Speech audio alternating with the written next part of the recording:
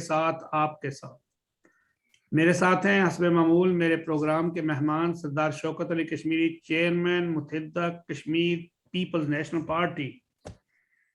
محترم ناظرین و سامعین، میرا آج کا پروگرام بالکل ایک اور موضوع تھا ہمارا کہ جو سیاسی صورتحال ہوتی ہے، جو پاکستان میں کیا ہو رہا ہے، پڑوس میں کیا ہو رہا ہے، کشمیر میں کیا ہو رہا ہے۔ لیکن آج ایک میں نے پاکستان کا ٹاک شو سلیم صافی صاحب کے ساتھ دیکھا، جس میں ایک انتہائی جاہل اور میں سمجھتا ہوں کہ انسانیت سے عاری ایک شخص اس پروگرام میں بیٹھا تھا اور اس کے الفاظ اس کی تربیت کا اظہار کر رہے تھے۔ اپنے لوگوں کے بارے میں جو کہے نہ کہے، مجھے اس سے کوئی سروکار نہیں۔ اس نے ایک لفظ کہا کہ ہم نے کشمیر کے جو خود مختار کشمیر کے حمایتی تھے، ہم نے ان کو وہاں پہ کل کر دیا، قتل کر دیا۔ آگے کہا جی کیسے وہ جی ہم نے سیاست میں، پہلے تو بات یہ ہے کہ اور اس نے پھر کہا کہ 99.99% جو کشمیری ہیں وہ پاکستان کے ساتھ ہلاک چاہتے ہیں۔ یعنی دوسرے لفظوں میں بالکل ہی اس نے جو کیا، تو میں اس کو صرف اتنا ہی کہتا ہوں کہ بیچ کھائے جو قوم کی عزت سکون کے عوض تم نے بھی ان بن غلاموں کی عبادت کی ہے۔ اور پھر دوسرا میں اس کے لیے یہی کہہ سکتا ہوں کہ ہم تو مجرم ہیں، تم بغاوت کرو، ہمیں باغی کہو، ہمیں خود مختار ریاست کے حامی کہو تو تم کل کر سکتے ہو، تمہارے پاس طاقت ہے، ظلم اور جبر ہے۔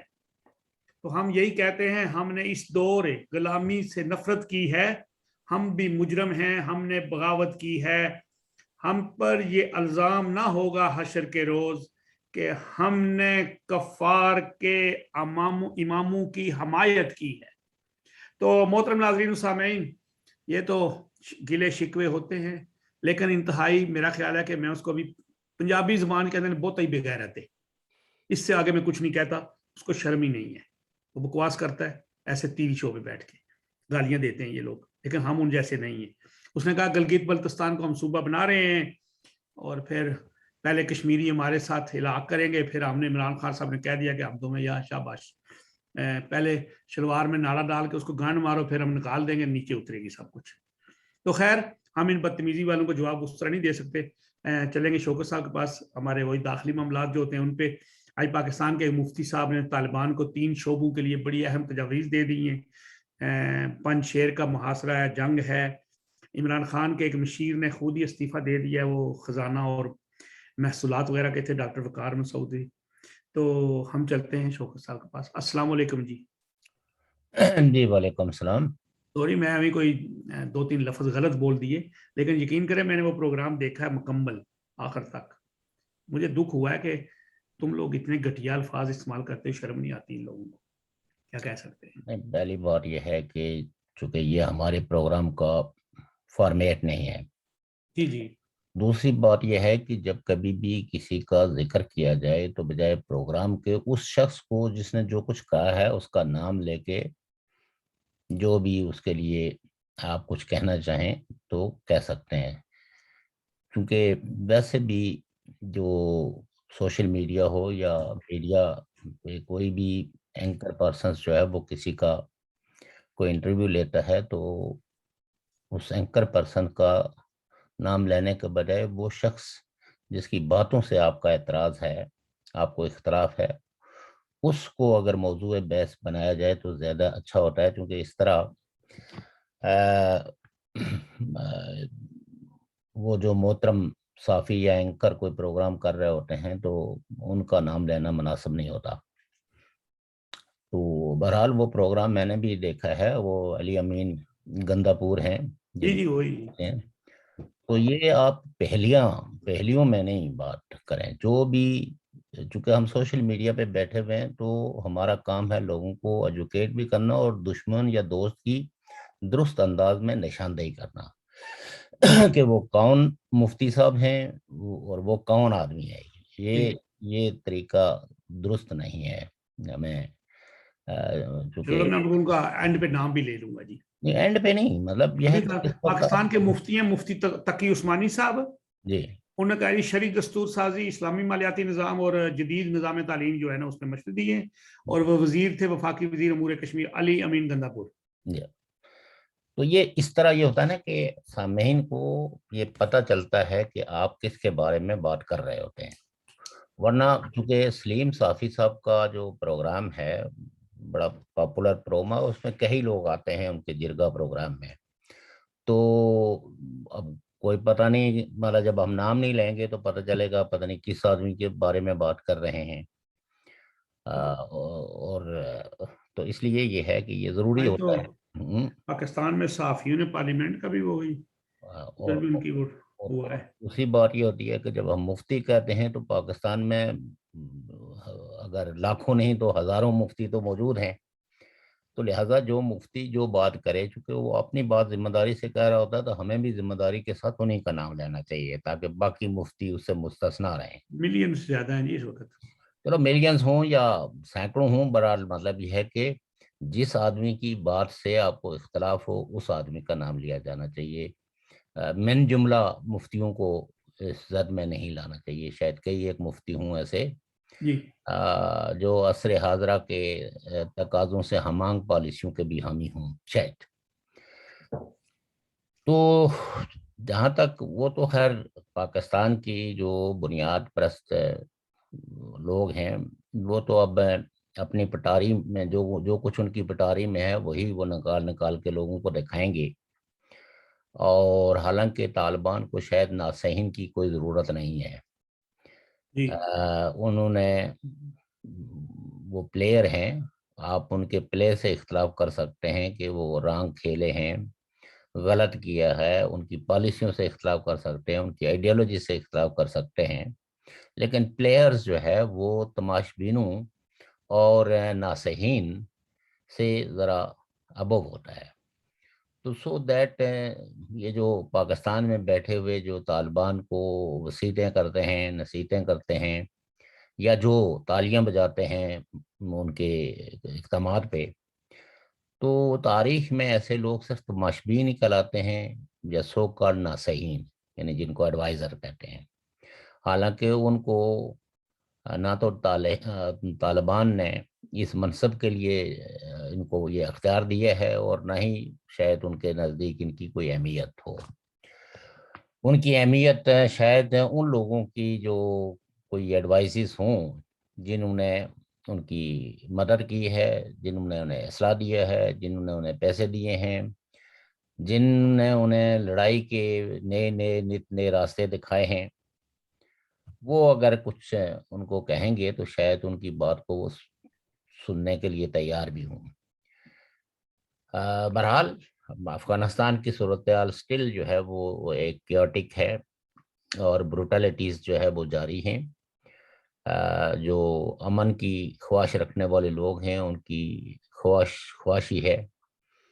اور کہیں ایک ایسے واقعات ہوئے ہیں جس میں کئی لوگوں کو، اس میں ہزارہ بھی ہیں، اس میں نیشنلسٹ بھی ہیں، اس میں ڈیموکریٹس بھی ہیں، ان کو قتل کیا گیا ہے. اور کئی لوگوں نے اس پہ تبصرہ کرتے ہوئے یہ کہا ہے کہ وہ تھیلی کیا پٹاری سے بلی بار وہ سانپ باہر آ گیا. نکل آیا. تو اینی ہو اس پہ تو شاید سبھی لوگوں کو جیسے تشویش ہوگی جو سنجیدہ لوگ ہیں یا جو ریجن کے مستقبل کے حوالے سے کچھ بہتر سوچ رکھتے ہیں. جی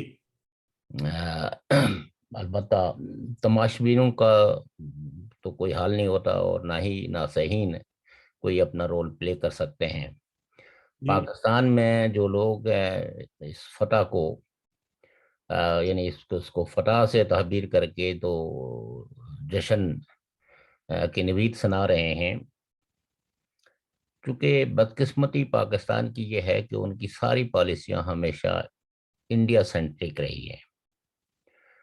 اور افغانستان میں کیونکہ اب آپ دیکھیں کہ دنیا میں کہیں بھی کوئی بات ہوتی ہے تو پاکستان کی وزارت خارجہ فٹ سے یہ کہہ دیتی ہے کہ یہ کام